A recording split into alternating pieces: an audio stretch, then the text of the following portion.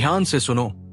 जब भी तुम्हारे जीवन में कुछ अच्छा होता है, कोई छोटी जीत, कोई खुशी, कोई उपलब्धि, और तुम्हारा पहला आग्रह होता है उसे किसी को बता देने का, दिखा देने का, तो समझ लेना ये आदत साधारण नहीं है।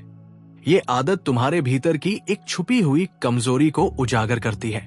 तुम सोचते हो कि तुम खुशी बांट रहे हो, लेकिन सच्चाई यह है कि तुम अपनी खुशी को खोल कर रख देते हो, और जो खुला छोड़ दिया जाता है वो सुरक्षित नहीं रहता। मनुष्य बाहर से भले कठोर दिखे, लेकिन भीतर से वो बहुत नाजुक होता है। उसकी खुशियां कांच की तरह होती है, हल्की सी ठोकर और दरार पड़ जाती है। लेकिन तुम क्या करते हो? जैसे ही जीवन में कुछ अच्छा घटता है, तुम उसे शब्दों में डाल देते हो, दिखाने लगते हो, सुनाने लगते हो, जैसे भीतर ठहरना तुम्हें आता ही नहीं। मैं ये नहीं कह रहा कि दुनिया बुरी है, मैं ये भी नहीं कह रहा कि हर इंसान शत्रु है, लेकिन ये अवश्य कह रहा हूं, हर आंख पवित्र नहीं होती, हर दृष्टि में प्रेम नहीं होता। कुछ नजरें खाली होती है, और खाली मन बहुत खतरनाक होता है। खाली मन तुलना करता है, खाली मन जलता है, खाली मन अनजाने में चुभता है। नजर कोई जादू नहीं है, न कोई टोटका। नजर चेतना का स्पर्श है। जब कोई तुम्हें देखता है तो वो सिर्फ तुम्हें नहीं देखता, वो अपनी भीतरी अवस्था से तुम्हें छूता है। यदि उसके भीतर संतोष नहीं है तो उसकी दृष्टि में विष होगा। यदि उसके भीतर अपूर्णता है तो उसकी नजर में खरोंच होगी।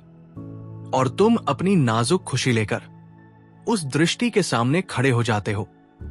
सोचो, जब बीज बोया जाता है तो क्या उसे सबको दिखाया जाता है? जब गर्भ ठहरता है तो क्या उसी दिन घोषणा होती है? जो चीज कच्ची होती है उसे अंधेरे की जरूरत होती है, मौन की जरूरत होती है। प्रकाश में वो जल्दी सूख जाती है। लेकिन मनुष्य का मन डरा हुआ है। उसे लगता है अगर मैंने नहीं बताया तो मेरी खुशी अधूरी रह जाएगी। जैसे खुशी को प्रमाण चाहिए, गवाह चाहिए, तालियों की जरूरत है। ये मांग कहां से आती है? भीतर की रिक्तता से। जिस दिन तुम भीतर से पूर्ण हो जाओगे, उस दिन तुम चुप रहना सीख जाओगे। नजर तब लगती है जब तुम खुले होते हो। नजर तब लगती है जब तुम अपने भीतर खड़े नहीं होते। जो व्यक्ति बाहर की स्वीकृति चाहता है वो बाहर की चोट भी स्वीकार करता है।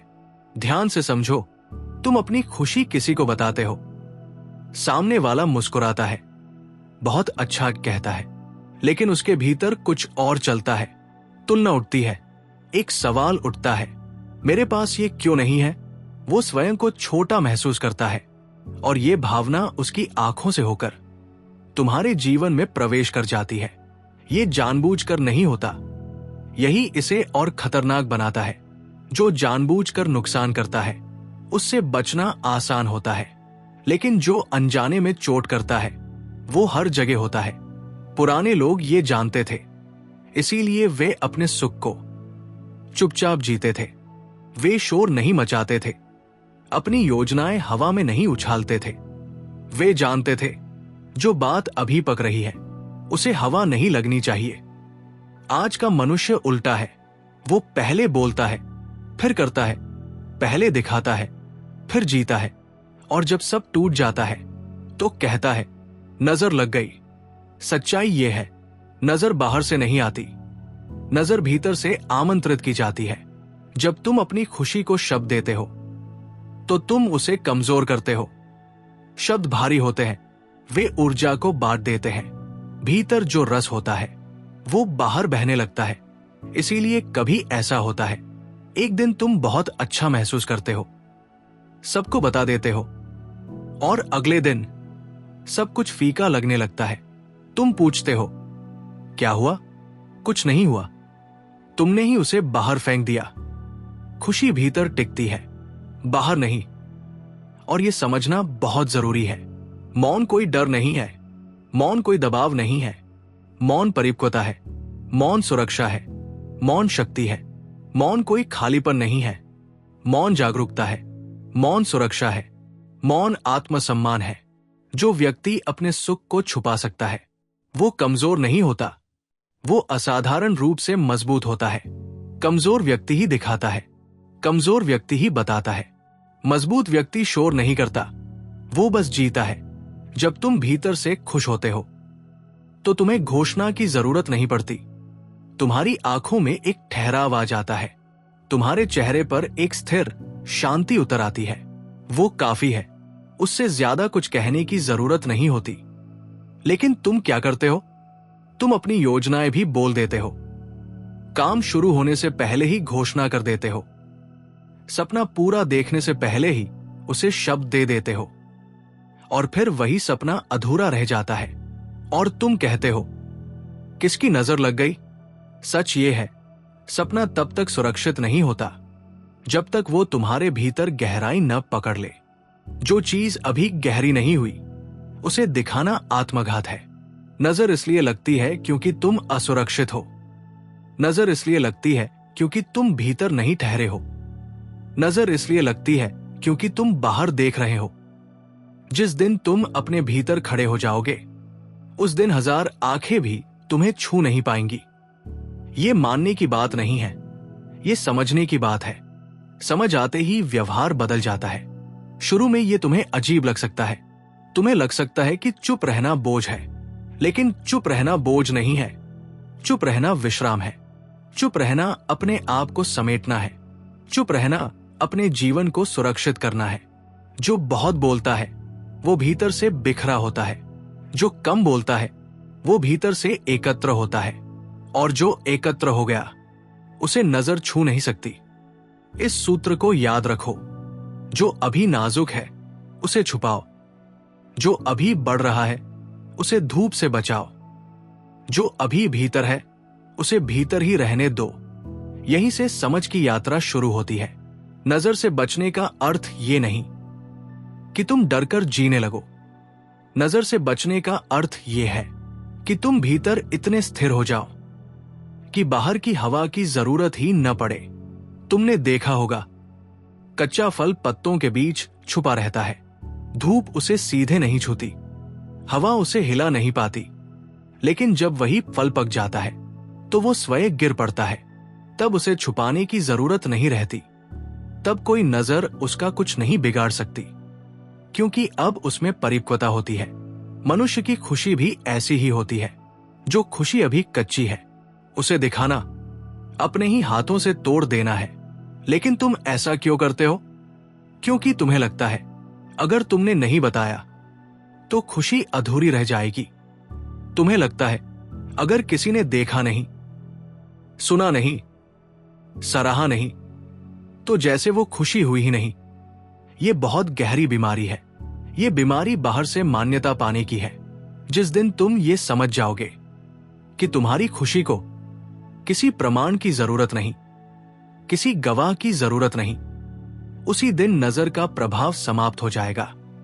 ध्यान रखना, नजर का सबसे बड़ा द्वार तुम्हारी जुबान है। जैसे ही तुम बोलते हो तुम अपने भीतर की ऊर्जा बाहर कर देते हो। शब्द सिर्फ सूचना नहीं होते, शब्द तुम्हारी चेतना को धोते हैं। जब तुम किसी से अपनी खुशी कहते हो तो तुम अपनी चेतना का एक हिस्सा उसके हाथों में रख देते हो, और हर व्यक्ति उसे संभाल नहीं सकता। कुछ लोग सुनते हैं लेकिन भीतर कुछ और घटता है। ईर्ष्या उठती है, भले वे स्वीकार न करें। तुलना उठती है, भले वे मुस्कुराकर बधाई दे। ये सब दिखाई नहीं देता, लेकिन भीतर घटता है। और वही भीतर की हलचल दृष्टि के माध्यम से तुम्हारे जीवन को छूती है। इसलिए समझो, छुपाना छल नहीं है, छुपाना झूठ नहीं है, छुपाना आत्मरक्षा है। जब तुम अपने सुख को छुपाते हो तो तुम किसी से कुछ छीन नहीं रहे, तुम बस उसे अपने भीतर पकने का समय दे रहे हो। और जो पक गया उसे फिर कोई कच्चा नहीं कर सकता। पुराने लोग कम बोलते थे, इसलिए नहीं कि उनके पास कहने को कुछ नहीं था, बल्कि इसलिए क्योंकि वे जानते थे हर सत्य उजागर करना बुद्धिमानी नहीं है। आज तुम सब कुछ खोल देते हो, अपनी योजनाएं, अपने रिश्ते, अपनी खुशियां, अपनी उपलब्धियां, और फिर पूछते हो सब कुछ बिगड़ क्यों जाता है? क्या तुमने कभी ध्यान दिया है जब प्रेम नया होता है तो वो कितना नाजुक होता है।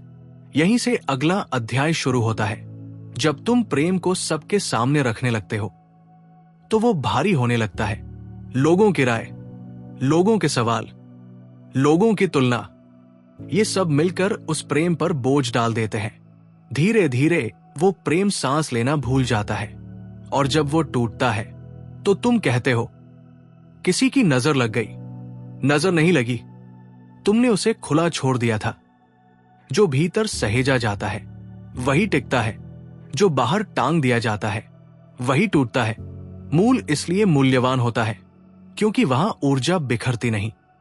मौन में तुम एकत्र होते हो, मौन में तुम अपनी शक्ति को समेटते हो। लेकिन ध्यान रखना, मौन का अर्थ दबाव नहीं है, मौन का अर्थ घुटन नहीं है। मौन का अर्थ है बिना बताए जीना। जिस दिन तुम ये कला सीख लेते हो उस दिन तुम्हारे जीवन में एक अद्भुत स्थिरता उतर आती है। फिर तुम्हें ये चिंता नहीं रहती कि लोग क्या सोचेंगे, फिर ये डर नहीं रहता कि कौन क्या देखेगा, फिर ये जरूरत नहीं रहती कि कोई तुम्हें स्वीकार करे, क्योंकि अब तुम स्वयं को स्वीकार कर चुके होते हो। नजर तभी असर करती है जब भीतर खालीपन होता है, जब भीतर सवाल होते हैं, क्या मैं सही हूं, क्या मैं सफल हूं, क्या मैं सच में खुश हूं। ये प्रश्न तुम्हें बाहर की ओर मोड़ देते हैं और बाहर वही है जो तुम्हें चोट पहुंचा सकता है। जो भीतर से निश्चिंत होता है वो चुप रह सकता है, जो भीतर से डरा हुआ होता है वो बोलता है। इसलिए मैं तुमसे ये नहीं कह रहा कि दुनिया से कट जाओ, मैं ये कह रहा हूं अपने भीतर जुड़ जाओ। जब तुम भीतर से जुड़ जाते हो तो बाहर की हर दृष्टि कमजोर हो जाती है। तुमने देखा होगा कुछ लोग होते हैं जिनके पास सब कुछ होता है फिर भी वे दिखाते नहीं, और कुछ लोग होते हैं जिनके पास कुछ भी नहीं होता फिर भी वे बहुत दिखाते हैं। ये फर्क वस्तुओं का नहीं है, ये फर्क चेतना का है। जिसके भीतर संतोष है वो मौन में रहता है, जिसके भीतर असंतोष है वो शोर करता है, और शोर हमेशा निमंत्रण होता है। शोर हमेशा नजर को बुला